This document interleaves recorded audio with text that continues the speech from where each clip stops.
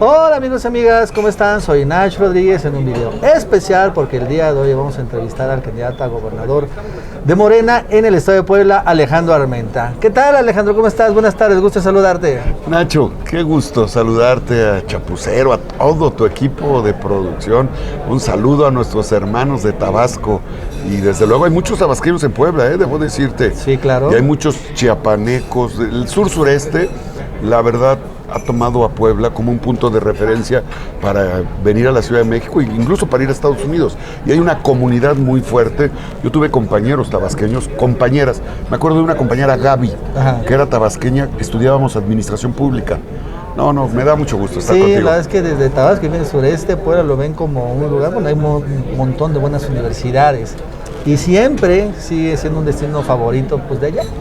Es que desafortunadamente allá en Tabasco no hay tan buenas universidades privadas, por así decirlo, y aquí en Puebla sí hay un montón, ¿no? Pero debo decirte, la última vez que fui a Tabasco, que acompañé a Rocío Nale a ver el avance de Dos Bocas, vi una transformación enorme, bueno, claro. De verdad. Sí. Tabasco le hacía falta tener un presidente de la República para que se hiciera justicia. A todo el sur-sureste, no solo a Tabasco. Claro, sí. Yo he visto, acabo de ir al tren interoceánico, desde Salina Cruz hasta Coatzacoalcos, y lo mismo. Qué bueno, qué importante, porque el sur-sureste también es México. Así es. Pues candidato, vamos a hablar como primero de la política nacional, porque la verdad es que ahorita se involucró algo en usted, también tiene creo que algo muy importante que opinar y después nos vamos a poner. El tema de Piña, ¿no? Finalmente usted como presidente de la mesa directiva tuvo un roce fuerte con Norma Piña, un roce en donde, bueno, pues un día le mandó unos chats porque estaba discutiendo en el Senado la posibilidad de aprobar, ¿no? O discutir, cuando menos, esto que los ministros sean electos por voto popular. Y entonces la ministra le mandó estos chats que usted después exhibió. Y ahora vuelve a seguir la ministra ya con esta denuncia en contra de Arturo Saldívar. Y después Arturo Saldívar menciona que hay también una serie de chats que la ministra Norma Piña le había mandado a magistrados electorales, alguno que otro magistrado. ¿Cómo ve todo este drama en torno a esta señora, en donde usted tuvo este roce personal, cuando menos en chats? Bueno, primero quiero decirle a tu audiencia que yo respeto a las mujeres y respeto a las autoridades, pero es lamentable que quien tiene a cargo el poder judicial del país, la Suprema Corte de Justicia, no se respete, porque ella no se respeta, no respeta la investidura que tiene. Cuando ella envía un chat amenazando, intimidando, cuando se despersonaliza ella pierde la representación y se asume como coordinadora de la mafia del poder y del PRIAN. O sea, claro, se quita la investidura que la protege como representante del Poder Judicial y se asume coordinadora de una campaña en este momento del PAN y del PRI en su defensa. Entonces, es vergonzoso.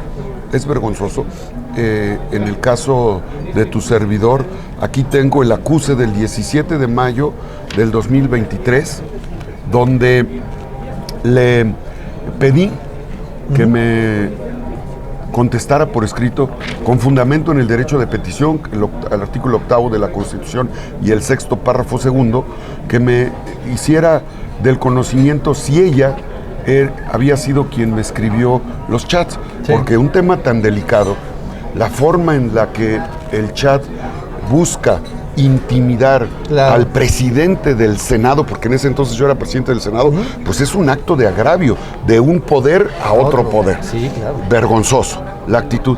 Pero ahora que veo que lo mismo hace con magistrados electorales que no satisfacen sus apetitos, pues me queda claro que en nuestro país no tenemos ministra presidenta de la Corte, sino que tenemos coordinadora de campaña del PRI y del PAN en la señora Piña.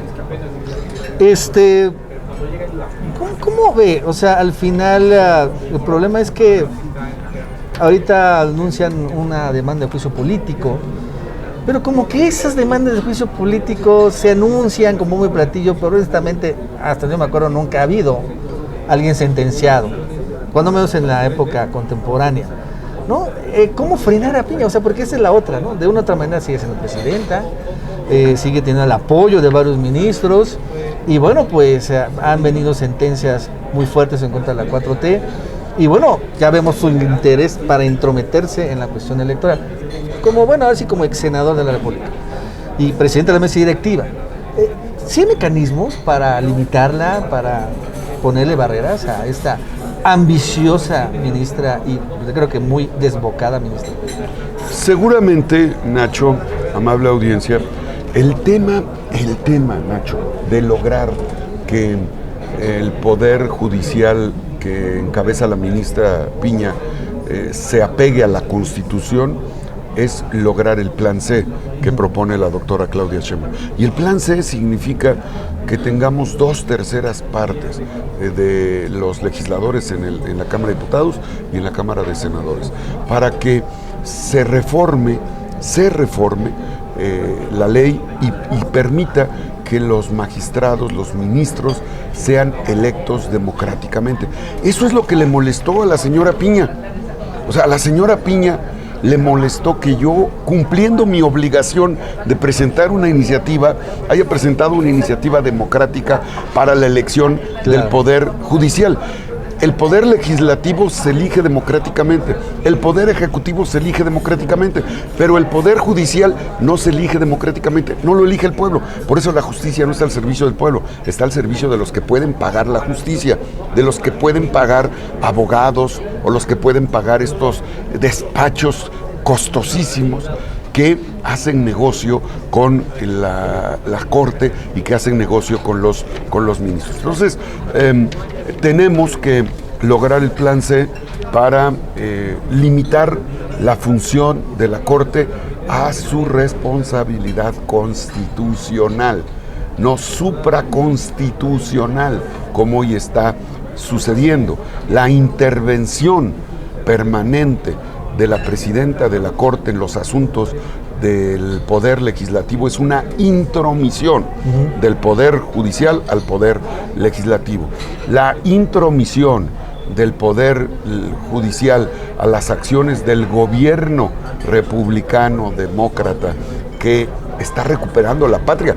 El país estaba en manos de empresas extranjeras, los recursos naturales estaban en manos de empresas extranjeras. Lo que debe de saber la población es que el presidente Andrés Manuel se ha dedicado 5 años a recuperar la patria que fue entregada por los gobiernos del PRIAN a empresas extranjeras, y a eso se ha opuesto la ministra de la Corte. La ministra de la Corte, que representa a la patria en el Poder Judicial, se ha dedicado a representar a intereses extranjeros, y hoy, con esto que ha pasado con el ministro Saldívar, es evidente que dejó la máscara de presidenta de la Corte y se convirtió en la coordinadora de campaña del PRIAN.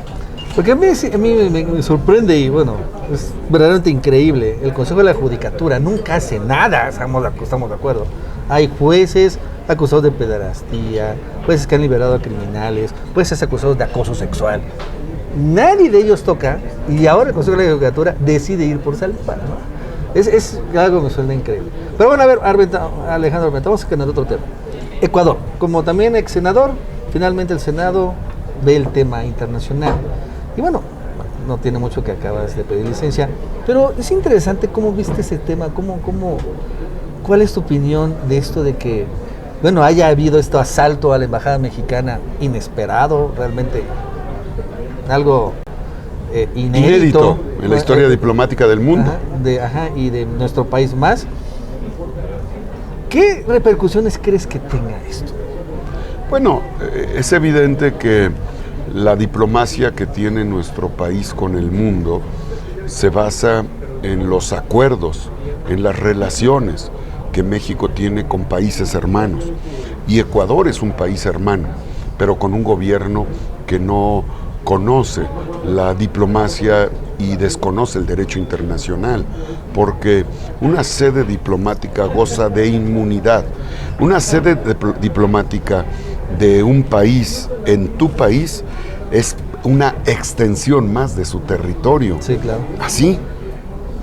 Pero la hipocresía de los voceros del PRI y del PAN es tan grande que es muy simple de ponerla en evidencia. Hay que preguntarle a los voceros del PRIAN o a la ministra de la Corte, ¿no? También le podrías preguntar qué pasaría si lo sucedido en Ecuador hubiera pasado con la embajada de Estados Unidos. Sí, claro. ¿Cuál sería la postura que tendría los voceros del PRIAN? Pero como fue la embajada de México, quieren endosarle la responsabilidad al gobierno de la República, ¿no? Cuánta hipocresía. Pues ellos entregaron la riqueza nacional a empresas extranjeras, principalmente estadounidenses. Entonces, es la doble moral que vamos a encontrar en quienes defienden a la mafia del poder, están a favor del saqueo de la patria, se escudan en un poder, como es este caso, pero que ponen en evidencia frente a un hecho como el de Ecuador. ¿Y cómo ves estos finalmente prianistas como Lili Telles que hasta piden disculpas a el presidente ecuatoriano por el asalto de la embajada mexicana en Ecuador, ¿no? Pues es normal que lo haga. O sea, no me extrañaría si no lo hiciera. Pero no te creas que ya es un exceso. O sea, entiendo la lucha política y son oposición, muy bien. No siempre hay que estar en contra, siempre están en contra de todo, ok, pero eso es llegar al extremo, ¿no? No me extrañaría porque cada persona tiene su propia forma de conducta. Lo que me extraña es que haya aceptado ser candidata de Morena para ser senadora. Claro. Eso es lo que me extraña. ¿Para qué aceptas una candidatura de Morena? Logras ser senadora por Morena y posteriormente, sin argumento, te dedicas a traicionar al partido que te ayudó a llegar a esta responsabilidad. Vamos a Puebla, ¿no? Vámonos ya. Oye, fíjate Además que... está muy cerca de Tabasco. Sí, la verdad es que sí. Allá en Puebla, bueno, en esta sección ha sido tormentoso, ¿no? Ha habido... No sé, 8 gobernadores y una gobernadora en 6 años. Sí, realmente ha sido... caray, mucho cambio por muy varias circunstancias. Sin embargo, al final, como que parece en Puebla, bueno, empezó el PAN y después llegó Morena, con sus interinos, con Barbosa, que desafortunadamente falleció, otros interinos, en fin. Al final parece que no hay voto de castigo contra Morena, ¿no? ¿Tú cómo evaluarías ahora sí la labor del último gobernador? El ahorita que está en funciones es Sergio Salomón. Sin ningún tipo de visión subjetiva, te diría que Sergio Salomón, nuestro gobernador, logró reconciliar a los poblanos, logró recuperar el ritmo que necesitaba Puebla y nos deja obras muy importantes para Puebla, obras educativas. El Politécnico Nacional ya está en Puebla, que es sin duda un logro enorme para nosotros que aspiramos a ser la ciudad de la electromovilidad, la capital de la electromovilidad, y tener en Puebla el valle de la tecnología y la sustentabilidad en toda esta franja que tenemos en Puebla, que va a conectar al norte del estado con el sur del estado. Y en esa lógica, debo compartirte, Nacho, que el gobernador no solamente ha traído a Puebla el Politécnico, lo que no se había hecho en 30 años con la segunda etapa de ciudad universitaria de mi alma mater, que es la Benemérita Universidad Autónoma de Puebla. Soy orgullosamente Lobo Buap y soy orgullosamente poblano, nacido en Puebla, 2 veces poblano, porque nací en Izúcar y crecí en Acatzingo, la tierra de mi madre. Yo tengo 2 oriundeces poblanas. Entonces, sin duda el gobernador ha hecho un trabajo de verdad de reconciliación, y debo decirte que también logró traer a la Marina. La Marina no estaba en Puebla, se vivió una etapa complicada por tanta variación en los mandos de seguridad. Imagínense, en 6 años. Sí, claro. En 6 años, 8 gobernadores, o sea, ni un gobernador en promedio por año. Sí, es que los delincuentes no trabajan por trienio, por sexenio. Claro, sí. Ellos se siguen. Obvio. Ajá. Sí, fue algo sui generis, ¿no? Así es. En Nayarit creo que ya pasó también una sección así donde se cayó un avión, en fin, pero en Puebla, que es un estado muy importante, pasó. Estás hablando de electromovilidad. Y fíjate que también ahí está el tema del nearshoring, que parece que es el tema del otro sexenio, ¿no? O sea, ahorita está arrancando, aparte es algo inesperado, después del COVID y la guerra entre Ucrania y Rusia, llega el nearshoring, y en Puebla aparece, bien dices tú, está obviamente, veo que el nearshoring se va a enfocar mucho en el tema automotriz, ¿no? Y bueno, obviamente Puebla tiene plantas automotrices súper importantes. ¿Cómo ves este tema? O cómo, más bien dicho, ¿cómo disparar o detonar finalmente? Porque los expertos dicen que el nearshoring es una oportunidad, pero pues si falla la oportunidad, pues te quedas ahí. Obviamente hay una gran competencia mundial por esto. Y también en los estados. ¿Cuál crees que sea lo importante, la fórmula, la receta para detonar el nearshoring ahí en Puebla? Tecnología. Puebla posee la matrícula educativa, el 10% de la matrícula educativa en nuestro país. Y el nearshoring tiene que ver con la tecnología, con la relocalización geográfica y el tema de del tren interoceánico para nosotros es importante. El tren interoceánico empieza en Puebla. ¿Por qué? Porque nosotros colindamos con Veracruz y con Oaxaca. Sí, cómo no. Y desde Winnipeg, Canadá, Estados Unidos están pensando entrar en Ciudad Juárez, en el norte, bajar por la zona del Bajío, Querétaro, desde luego Hidalgo, la parte de Tlaxcala, Puebla, y entrar al tren interoceánico. Nosotros tenemos acceso por Oaxaca a Salina Cruz y por Veracruz a Coatzacoalcos. Entonces, Puebla tiene que aprovechar. Nosotros vamos a implementar con la fábrica de paneles solares en Puebla la transición en el aprovechamiento del agua, cosecha de agua con canaletas y cosecha del sol, para abatir el costo de producción del sector agropecuario y el sector industrial, para lograr tener precios competitivos y darle valor agregado a la producción agrícola. Somos una zona productora de hortalizas, de semillas, de todo lo que pueden significar la producción agrícola ganadera, pero necesitamos vender nuestros productos con un proceso. Claro. Porque actualmente vender en fresco los productos del campo solo significa negocio para las empresas industriales extranjeras. Lo que pasaba con el petróleo, y por eso tuvo éxito el presidente Andrés Manuel, y lo va a tener la doctora Claudia Sheinbaum, porque vender un barril de petróleo en $50 o en un dólar, que llegó a costar con la guerra con Ucrania. Sí. Bueno, antes, tuvo precios negativos si llegas a ese nivel. Imagínate, entonces, antes de la guerra, pensar en la venta del crudo, que era de $50, y comprar derivados del petróleo por más de $2,500, significa que el que hace negocio son las refinerías, claro. Son los que tienen las refinerías. Entonces, la refinería no solo produce gasolinas o combustibles, mañosamente y cínicamente los gobiernos del PAN dicen que es un error construir refinerías, pero la India está construyendo la refinería más grande del mundo, Estados Unidos tiene más de 130 refinerías, sí. China 170 refinerías, Japón, que no tiene una gota de petróleo, tiene más de 20 refinerías. ¿Por qué en México tanto escándalo si teníamos 6 refinerías desmanteladas por el PRIAN? Porque era negocio la importación con los moches, la importación del combustible. ¿Por qué pensar en que las refinerías son un error? De todos los derivados de la petroquímica se utilizan para los telares, para los colorantes, claro. Para los plásticos, para todas las industrias humanas del desarrollo económico del ser humano utilizan los derivados del petróleo y los derivados de la litioquímica, el bromuro y cloruro de litio, que nos tocó nacionalizar con el presidente Andrés Manuel López Obrador. Fui promotor, tengo mi libro que está la importancia del litio en México, que les invito a que lo compren en Porrúa, por favor.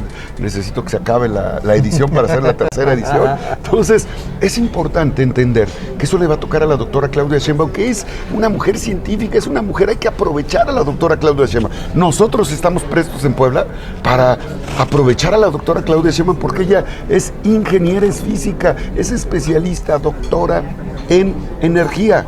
Sí, precisamente en este tema que está detonándose también, ¿no? La electromovilidad en todo el mundo. En todo el mundo. Queremos que Puebla sea la capital de la electromovilidad. ¿Y qué has hablado de Claudia Sheinbaum sobre este tema? O sea, en proyectos específicos. Todo le hemos hablado. ¿Le va a meter? Todo. ¿Va a haber plantas? ¿Va a haber nuevo tren? Puebla, para la doctora Claudia Sheinbaum, tiene un significado mayúsculo. ella vivió en Puebla, no conoce sabía. a los poblanos. ¿Sí? Sí, ella estuvo con el presidente Andrés Manuel en varias elecciones y tuvo comisión específica. Puebla. Entonces, ella sabe que la Mixteca y la Sierra Norte se tienen que unir a la franja del desarrollo que hay en Puebla con Veracruz y con la capital del país. Y la doctora Claudia Sheinbaum me comentó que vamos a hacer un gran programa de rescate de ríos, un gran programa de rescate de las lagunas de oxidación y las plantas de tratamiento de agua residual. Ella me platicó también que vamos a hacer un gran programa de transformación de desechos orgánicos e inorgánicos. Plantas procesadoras, tenemos más de 90 tiraderos que les llaman rellenos sanitarios y que ya aparecen coladeras en la membrana que tienen en el suelo contaminando los mantos freáticos. Claro. Vamos a recuperar todos los desechos orgánicos y hacer compostas, lombricompostas. Vamos a separar los plásticos, el cartón, el vidrio, el acero, para reutilizarlo. Y vamos a plantear en Puebla el desarrollo industrial del cáñamo. Puebla tiene las montañas más grandes de México y tiene por ende las las zonas boscosas más importantes del país. Y el papel que se produce destruyendo el bosque. Sí. Vamos a implementar la industrialización del cáñamo. El cáñamo es el carrizo de la cannabis, que no tiene funciones psicotrópicas, para que no se espanten. Algunos que todavía se espantan.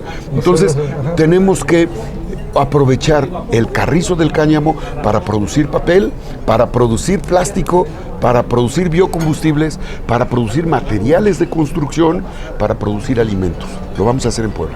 Ah, en fin, qué interesante.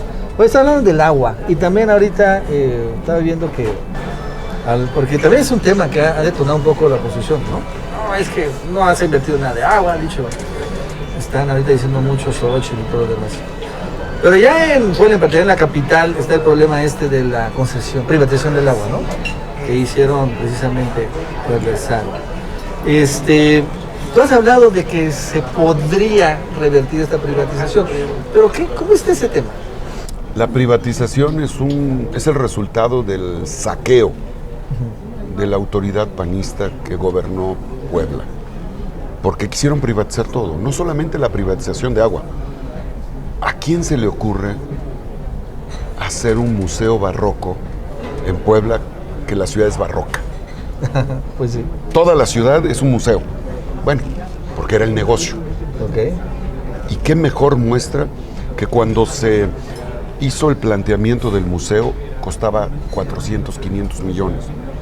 En lugar de haberlo hecho con recursos, incorporaron un proyecto de APP, proyecto público-privado, pues, PPS. Sí.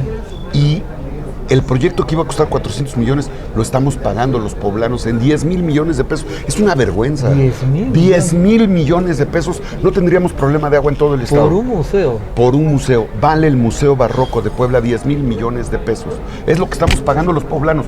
Todas las sociedades de pozo que hay en Puebla tendrían sistemas de riego por goteo y tendrían captación solar. No tendríamos problema de agua porque haríamos convenio con las sociedades de pozo para que nos dieran agua.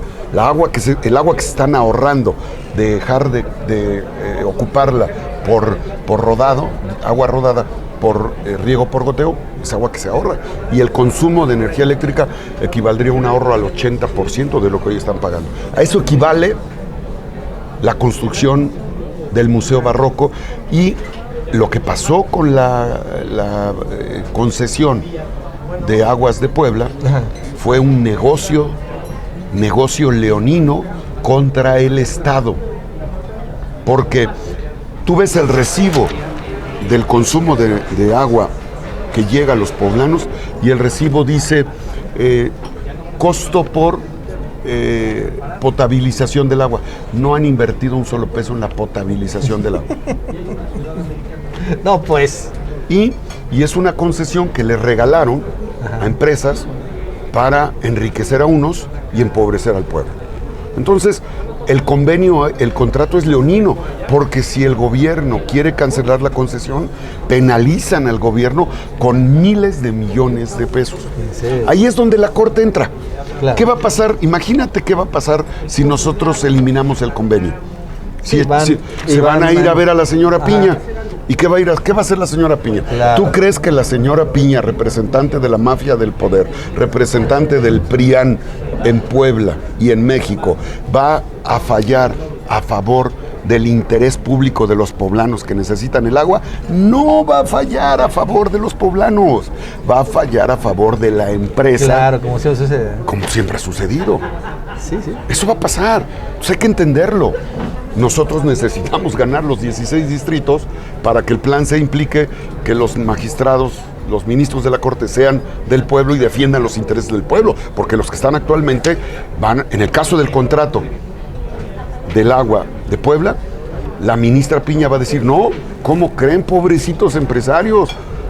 Ayuden a los empresarios porque están cometiendo un abuso de poder las autoridades en contra de una empresa que se ha dedicado a saquear y hacer negocio del agua, que es un derecho humano. Señora Piña, el agua es un derecho humano, no es una mercancía.